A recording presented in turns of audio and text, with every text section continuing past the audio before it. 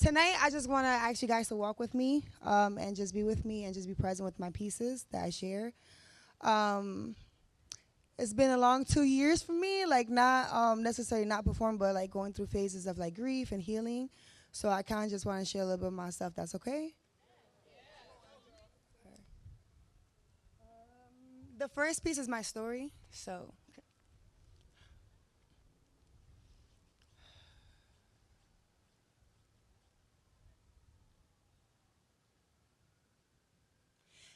if I told you how many shots I had to take, you think I'm bulletproof. I don't like to share, but today I'll leave my heart here. Season of depression causing emotions to be pushed in. While my reality of pain had been switched, leaving memory stains of a past Angie that no longer exists. 2020, that year hit. Mama got sick with stage 3.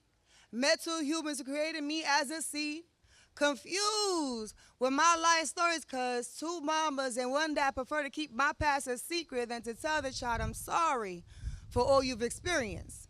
I was forced to be homeless when my brother's heart stopped beating by the same woman who birthed me but cannot blame her when she didn't really know how to be a mother in the beginning. Returning from abandoning a daughter to the government system, I should have expected I never have a family in which runs with the same blood as me, be as remarkable as me, even though when I'm lonely, my presence, I stay questioning. My heart cold because my warmth gets confused from me being weak. No one told me that my black is beautiful till I learned that my black is beautiful. After years of being convinced that girls like me should never even be conceived, I left excuses for my own suffocation. For a man who knows how to run from his same sex but knows how to raise his hands to the opposite. Suicide became my best friend, but I promised myself not one soul is worth me questioning my existence. Call them dead weight if they don't add to your progress or your self-love session. I will ask God why he did this to me, but the answer is written right in front of me. Cultivated in the image of Evangeline. That's my first piece. Thank you all for listening.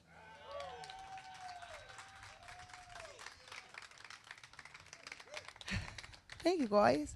So you guys know a little bit of my story now, right? With that being said, okay, so a little bit of background. I'm adopted. I got the chance to meet both of my parents at the age of 23.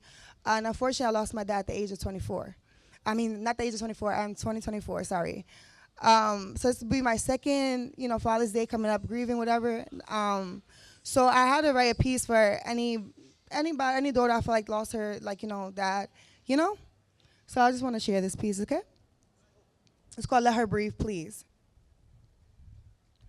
When a daughter loses her father, it feels as if her heart is continuously carved out of her chest 1,000 times. As if peace no longer exists, no matter the form it presents itself in. Or the memories pause without new ones being formed. When a daughter loses a father, the world becomes still. You begin to notice all in which didn't exist before.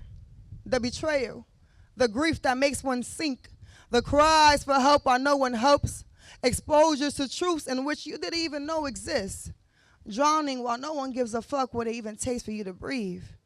Purpose becomes shaken no matter how clear God has made it before.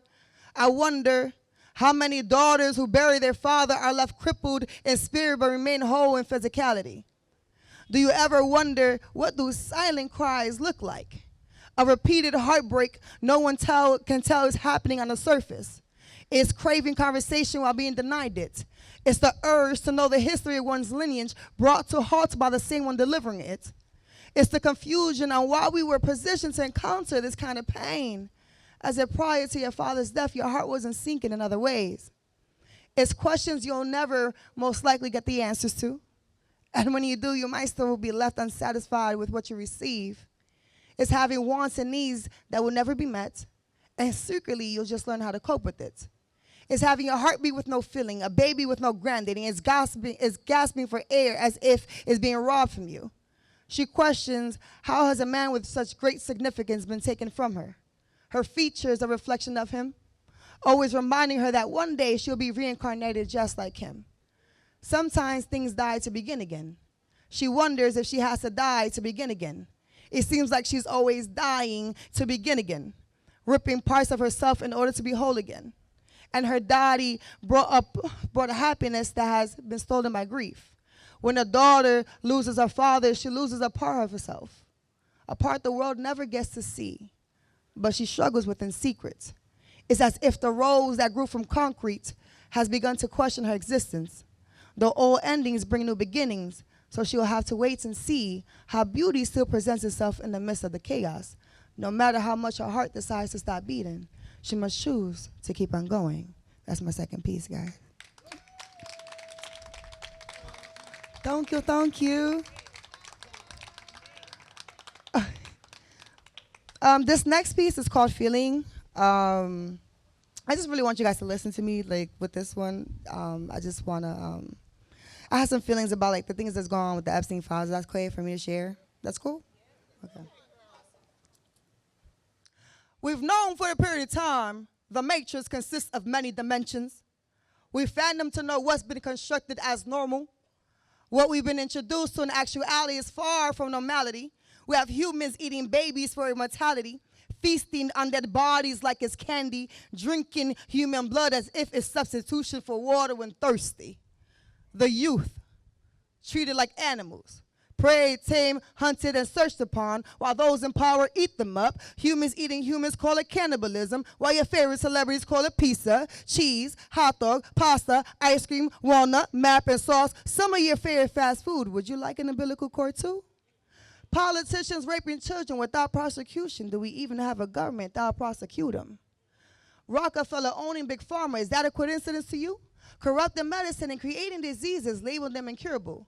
To find out if you did your research, herbs and medicine straight from the motherland solve the most incurable.